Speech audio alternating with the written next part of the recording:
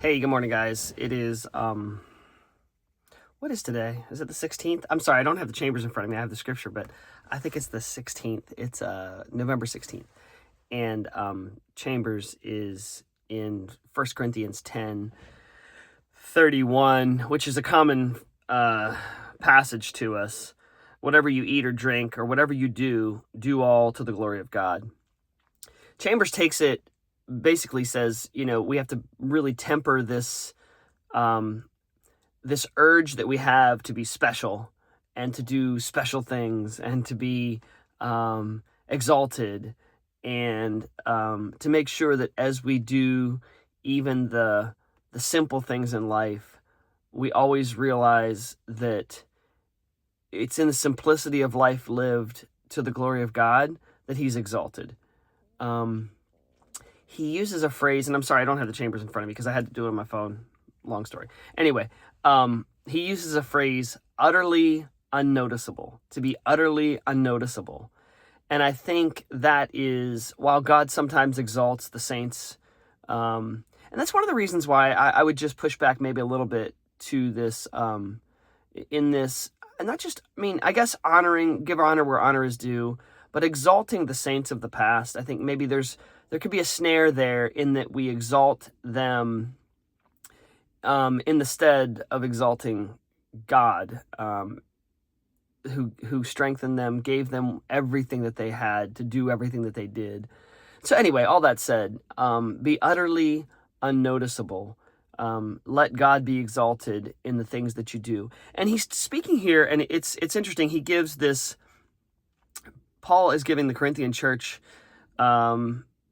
this teaching about making sure that my liberty, first of all, that I'm not restrained by other people's conscience, that my liberty is not restrained by their conscience, but it doesn't offend their conscience. So there's this balance to make sure that I'm not constantly saying, well, if it's not right for that person, then it's not right for me, and being constrained, my liberty being constrained by everybody else's conscience.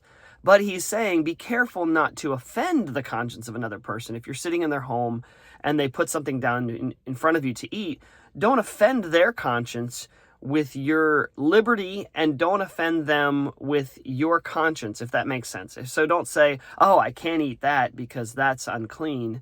Or by saying in front of somebody who has a problem with, specifically talking about meat sacrificed to idols here. For us, it'd be alcohol. It would be that's kind of I would say that's a good parallel here. It would be alcohol. When you go to someone's house, and if they drink alcohol, that you would say, oh my goodness, that's horrible. That's a sin.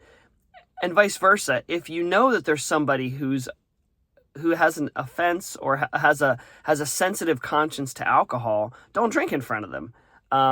That only makes sense that would be our response to that. Because what this whole passage is talking about loving our neighbor well.